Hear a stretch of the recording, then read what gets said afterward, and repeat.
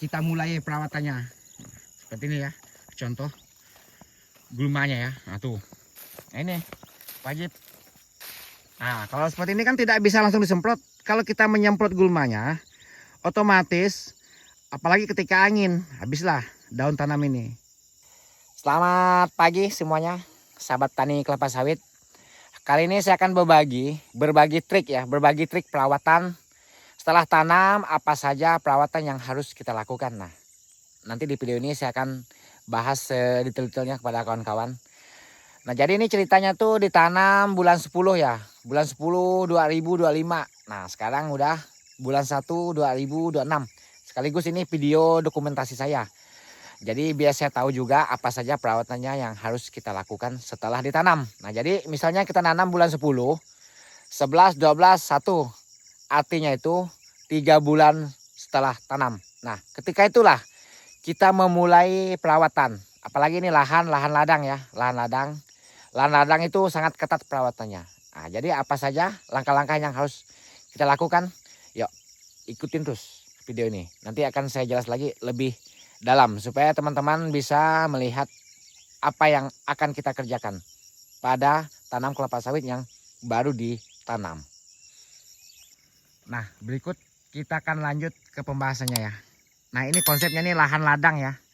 Lahan ditanami padi, disertai tanam kelapa sawit. Nah, ini yang kita bahas di sini kan ada 3 hal perawatan yang wajib kita lakukan. Nah, ini video ini cocok sekali untuk para pemula ya, yang masih baru mulai tanam ya, baru belajar, bingung perawatannya dimulai dari mana. Nah, ini ya.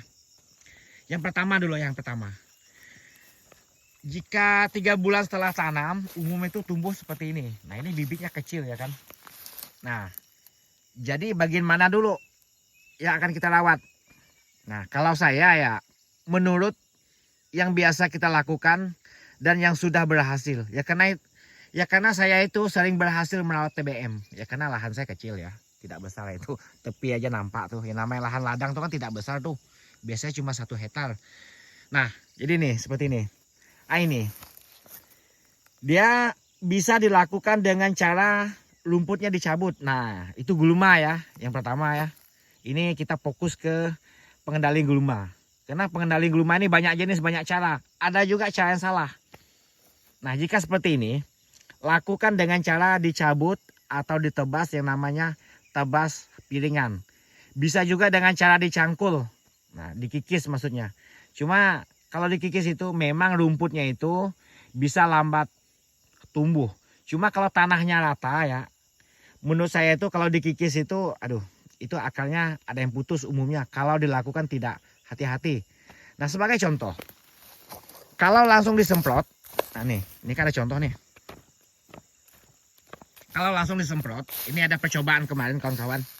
Nah, walaupun tidak disemprot dekat-dekat ya, ini kan bibitnya kecil nih ceritanya. Dia pasti ada imbasnya tuh. Ya karena ada angin. Ketika kita nyemprot itu ada angin. Jadi angin itu yang membawa itu apa? Semburan semprotan kita itu akhirnya mengenai daun tanam ini. Nah, akhirnya jadi seperti ini. Nah, ini untuk percobaan ya. Ya karena kemarin tuh kawan-kawan kita kan nyemprot bagian sini nih. Nah, bagian sini. Nah, ini yang udah dikatakan udah oke ya. Jadi cobalah kan disemprot ke sini ya sambil juga servis jalan ya. Nah, jadi ini ya contoh-contohnya tuh. Ini umumnya tuh sebenarnya sih 2 bulan tuh udah bisa dilakukan perawatan dengan cara mencabut rumput atau dengan cara menebas bagian sekitar piring tanaman ini. Sekitar pangkalnya ya. Jangan langsung disemprot. Kalau semaknya seperti ini. Ya kenapa tidak boleh langsung disemprot? Ya seperti itu tadi. Akan ada imbasnya pada tanam kita. Kalau dilakukan tidak cara hati-hati. Ini kayak gini. Ini kan udah oke nih. Nah, ini kita tebas. Kita babat ya pakai golok. Nanti saya peragakan juga bagaimana cara membabatnya ya. Biar lebih mantap. Bisa dengan cara dicabut rumputnya. Itu akan lebih bagus lagi. Cuma pakai sarung tangan ya. Dicabut rumputnya. Nah, supaya tidak mudah cepat tumbuh. Ya intinya tuh di sekitar piring tanaman ini bersih. Ya memang 2 bulan berikutnya udah semak lagi ya, itu tandanya tanah kita itu subur. Tidak bisa misalnya kita bersih hari ini supaya ya nanti sekian bulan udah tidak ada perawatan lagi. Tidak bisa seperti itu. Dia rutinitas tuh full setahun biasa itu. Sangat subur nih di sekitar pangkal tanam ini. Ya karena adanya pupuk. Nah itu ya. Yang pertama. Yang kedua. Nah ini ada yang kedua ya. Yang kedua itu otomatis mupuk. Ya mupuk tuh nantilah. Tidak kita bahas di video ini. Karena mupuk tuh khusus. Umumnya tuh ya kawan-kawan pun bisa tahu tuh. Pupuk tuh bisa cek di Google pupuk apa saja ya. Yang akan kita tebar pada tanaman sawit yang dari nol. Ada tuh di video saya yang sebelumnya tuh ada. Saya upload tuh. Nanti akan saya buat lagi videonya untuk kebun ini ya. Karena saya tuh membuat dokumentasi umumnya tuh supaya saya bisa mengingat. Karena saya tidak mencatat, saya hanya mengingatlah dengan cara membuat video. Ayo kita lihat lagi. Nah itu. Ini contoh semak seperti ini.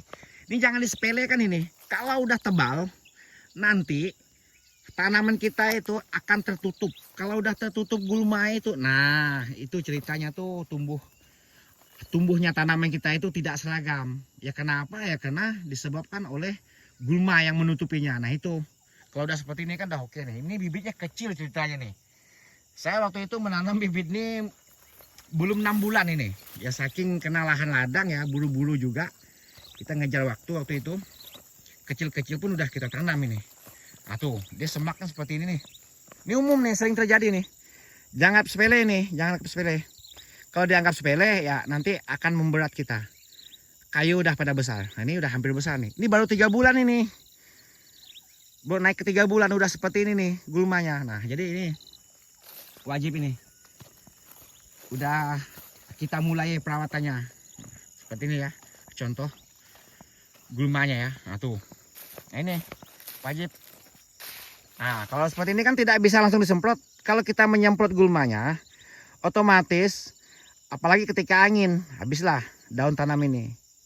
Ya ini kan ya aturannya tidak boleh kena racun, karena masih kecil. Dia pasti ada yang gosong sebagian daunnya. Nah itu kalau tidak dilakukan tebas pilingan. Bisa dilakukan dengan cara dicangkul, bisa dilakukan dengan cara mesin rumput. Cuma kalau pakai mesin rumput berbahaya kalau yang kurang paham. Nah karena ada ini ya nih. Biasanya tuh ada potongan kayu seperti ini. Nah ini. Ya harusnya tebas manual atau pakai pacul. Nah, lebih bagus lagi ya. Itu lebarnya tuh umumnya tuh 2 meter ya. Ya. Semeter sini, semeter sana. Ya katakan jumlah 2 meter lebarnya. Udah cukup karena daunnya baru lebar seperti ini ya. Belum terlalu panjang pelepahnya. Nah, nanti mungkin 3 bulan yang berikutnya tebas lagi, agak lebar lagi. Intinya kita itu mengamankan tanaman ini dulu. Jangan ada daun gulma ini nyenggol ya, nempel ke daun tanam kita. Ya kenapa tidak boleh nyenggol dan nempel? Ya ketika kita nyemprot nanti akan mengenai daun tanaman kita juga. Nah itu fungsinya ditebas bagian piringannya dulu.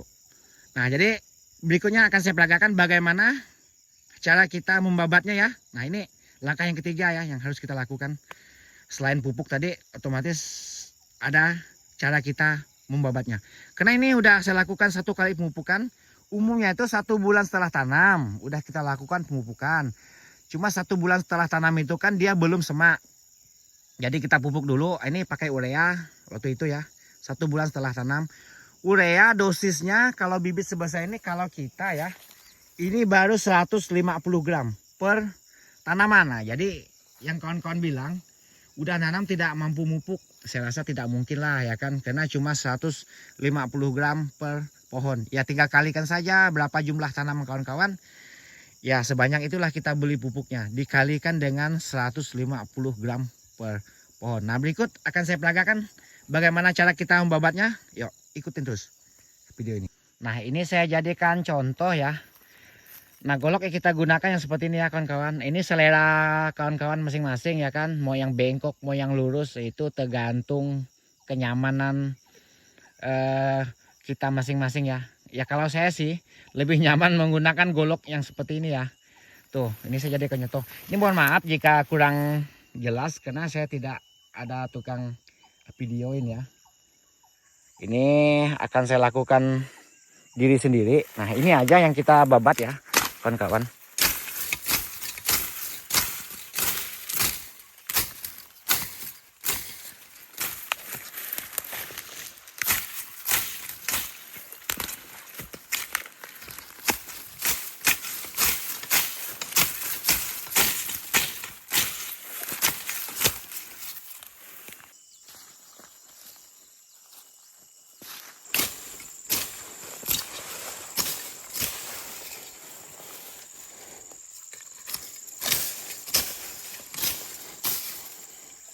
berikut akan saya tunjukin contoh yang sudah kita babat ya, bagian piring tanamannya.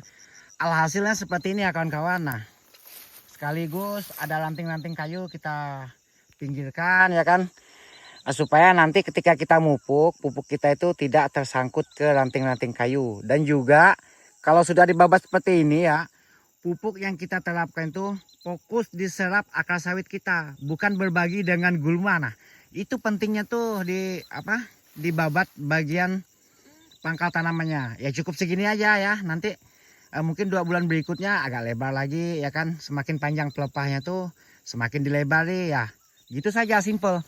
Nah ya, yuk kita lihat di depan sana. Nah seperti ini yang semak yang tebal tadi tuh. Tuh, seperti itu. Nah jadi ini masuk untuk kawan-kawan ya. Umumnya tuh kalau mau nanam sawit ke ladang padi seperti ini ya kan.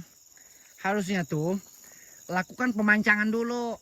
Ya setelah lakukan pemancangan, baru kita menanam padinya. Itu dikasih pray sekitar 2 meter dari pancang tanaman kita. Ya kalau ini kemarin tuh terbalik. Dulu nanam padi baru mancang sawitnya. Ya karena tidak niat mau nanam sawit ya karena bibitnya belum ada waktu itu. Jadi dulu nanam padi baru kita nanam sawitnya. Nah, jadi kalau udah seperti ini ya paling udah selesai panen padi ya. Baru kita lakukan perawatan. Nah ya, kalau udah seperti ini kan repot nih. Kalau mau dibabat ya ini daun padi ya kan. Kalau ingin merawatnya seperti ini biasanya tuh pakai cara dicabut rumputnya. Yuk kita lihat tuh, sudah tidak nampak itu. Nah ini pakai cara dicabut atau ditebas hati-hati ya, supaya tidak mengenai padi. Ya tapi saya kalau ketika mupuk saya ini aja, pakai kaki aja gini. Nah ini bisa juga ini diamankan pakai kaki, baru kita mupuk. Nah ini ya, kalau pakai babat ya kasihan padinya ya kan, karena udah subur juga padi ya di sekeliling ini. Nah cukup seperti itu aja. Nah berikut saya akan tunjukin cara sistem dicabut. Nah sistem cabut tuh gimana bang? Nah, nanti saya akan pelajari juga sistem dicabut. Nah ini tentang yang di lahan padi ya, nah, seperti ini. Nah, kalau stem dicabut bagaimana ya bang? Nah, contoh gulma seperti ini. Cuma kita harus pakai sarung tangan ya, supaya tangan kita tidak luka. Nah, ini saya sebagai contoh ya, tidak apa-apa. Saya pegang langsung ya karena saya petani ya. Jadi saya kalau luka-luka hanya karena gulma seperti ini tidak masalah ya. Nah, kalau stem cabut seperti ini ya kawan-kawan.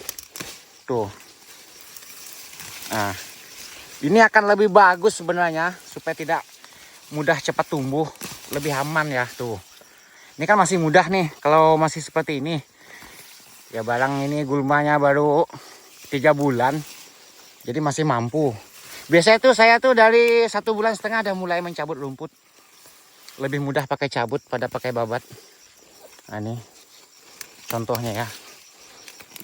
Nah kita buang ranting-rantingnya. Nah, nih cabut seperti ini. Ya kan kayak kita merumputi ladang padi ya kan.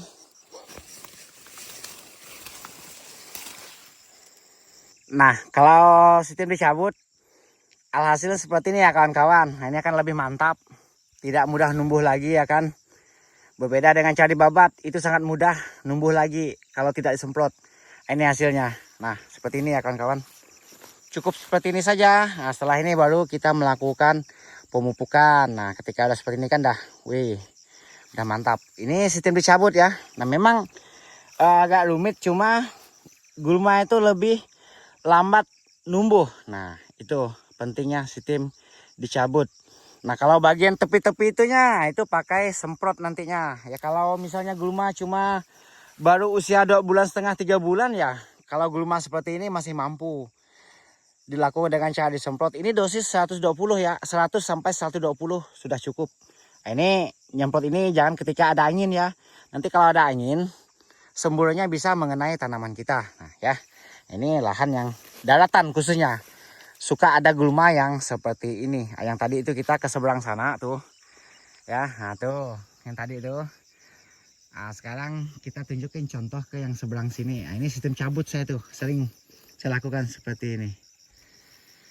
Oke kawan-kawan, hanya itulah video yang bisa saya sampaikan. Semoga cara yang saya lakukan ini bisa memberi manfaat untuk sahabat petani pemula khususnya. Jadi ingat, itu umumnya tuh 2 bulan ketiga. Nah itu udah wajib itu dilakukan pembersihan bagian sekitar pangkalnya. Supaya kita tidak kewalahan. Jangan tunggu berlama-lama. Ya umumnya itu kalau semaknya subur ya sawit kita subur. Nah itu triknya ya, supaya tanaman kita itu tetap bisa tumbuh seragam nantinya. Tidak ada yang kerdil, tidak ada yang kayak acak-acak. Itu disebabkan oleh gulma. Kalau selain hama ya, disebabkan oleh gulma itu. Karena dia itu berlawanan, mana akar sawitnya, mana akar gulmanya. Nah itu yang menyebabkan tanaman kita itu tidak bisa tumbuh seragam.